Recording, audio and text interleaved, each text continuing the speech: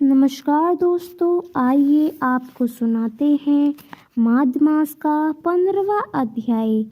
दत्योतर जी कहने लगे कि हे राजन, प्रजापति ने पापों के नाश के लिए त्याग तीर्थ की रचना की।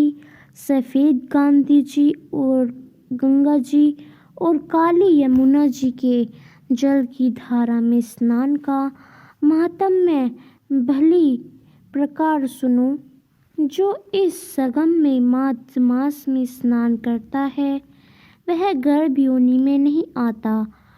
भगवान विष्णु की दुर्गम माया माघ मास में प्रयाग तीर्थ पर सब नष्ट कर देती है।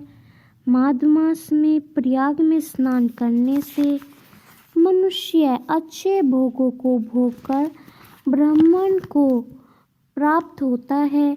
माघ मास तथा मकर के सूर्य में जो प्रयाग में स्नान करता है उसके पुण्यों की गिनती चित्रगुप्त भी नहीं कर सकता। 100 वर्ष तक निराहार रहकर जो पुण्य प्राप्त होता है वही फल माघ मास में 3 दिन प्रयाग में स्नान से होता है। जो फल 100 वर्ष तक योगाभ्यास करने से नहीं मिलता, जैसे सर्प पुरानी कांचली को छोड़कर नया रूप ग्रहण कर लेता है, वैसे ही माघ मास में स्नान करने से मनुष्य पापों को छोड़कर स्वर्ग को प्राप्त होता है। परंतु गंगा यमुना के संगम में स्नान करने से हजारों गुना फल मिलता है। हे राजन, जिसको अमृत कहते हैं वह यह त्रिवेणी ही है।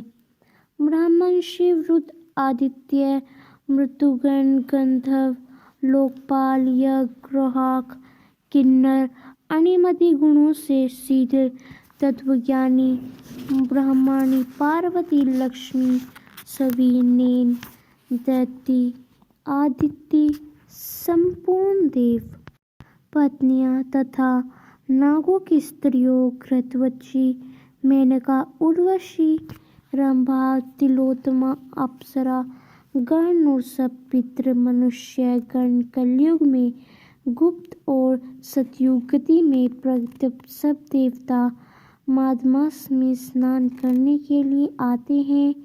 इन दिनों माघ मास में प्रयाग में स्नान करने से जो फल मिलता है मनुष्यों में कहने की शक्ति नहीं है। हजारों अश्वमेध यज्ञ करने से भी यह फल प्राप्त नहीं होता। पूर्व समय में कांचन मालिनी ने इस स्नान का फल राक्षस को दिया था और इससे वह पापी मुक्त हो गया था। तो दोस्तों, ये था हमारा माघ मास का 15वां अध्याय। आपको हमारा यह अध्याय कैसा लगा हमें कमेंट करके अवश्य ही बताइएगा। हम आपको मिलेंगे माघ मास के अगले अध्याय यानी 16वें अध्याय में। आपको हमारे ये अध्याय कैसे लगते हैं आप हमें कमेंट करके अवश्य ही बताइएगा। अगर आपको हमारे अध्याय में कोई कमी लगे तो हम उसे सुधारने की कोशिश करेंगे। आप वो भी हमें कमेंट बॉक्स में लिखकर अवश्य ही बताइएगा। जय माता दी।